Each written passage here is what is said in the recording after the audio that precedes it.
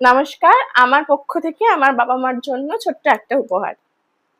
তোমরা দুজন যেন সৃষ্টির আদি উপাখ্যানের দুটি পংক্তি, যাদের মিলনে জন্ম নিয়েছে এক অনন্ত কবিতা।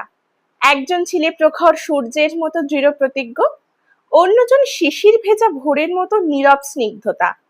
আর সেই দুই বিপরীত স্রোত মিলেই গড়ে তুলেছে ভালোবাসার এক মহাসমুদ্র। বাবা, তুমি যেন দিগন্ত জোড়া সূর্য সম্রাট, অগ্নিমুকুট মাথায় নিয়ে প্রতিদিন যুদ্ধ করেছো সময়ের সঙ্গে।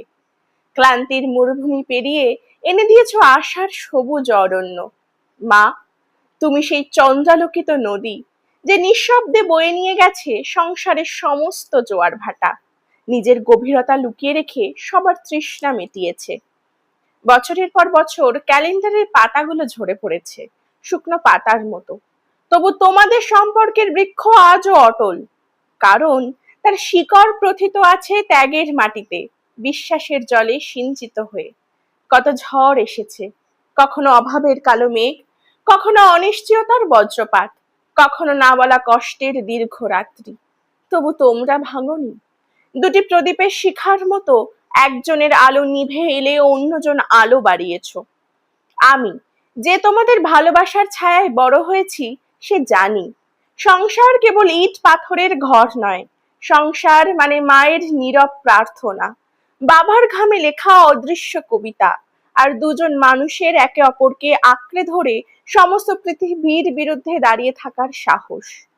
আজ তোমাদের বিবাহ বার্ষিকীর এই দিনে মনে হয় তোমরা যেন আকাশের সেই দুই ধ্রুবতারা, যারা যুগের পর যুগ পথহারা নাবিককে দিশা দেয়।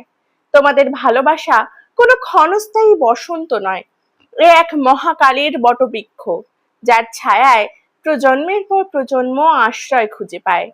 প্রার্থনা করি সময়ের সমস্ত ধুলি মুছে দিয়ে ঈশ্বর তোমাদের হাসিকে আরো উজ্জ্বল করুন, তোমাদের হাতের মুঠো আরো দৃঢ় হোক।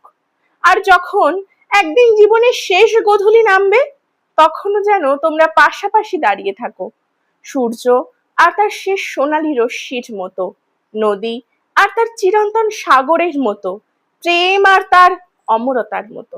নমস্কার।